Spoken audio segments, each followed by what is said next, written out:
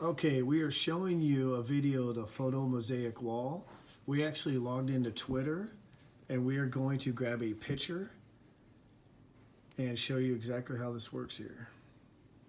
So we're actually using hashtag epic party team. And Troy, you can only use one everybody's got to use the same hashtag, right? Correct. Okay. Okay.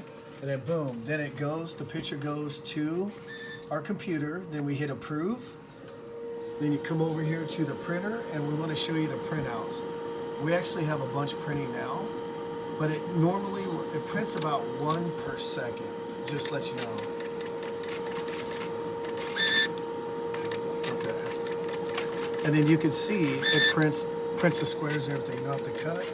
You've got the number in the bottom right hand corner, and then Troy, turn that over. And then you can see the stickiness. Now we're going to that number to the board. C18 R12. C18 R12. There we go. C18 R12.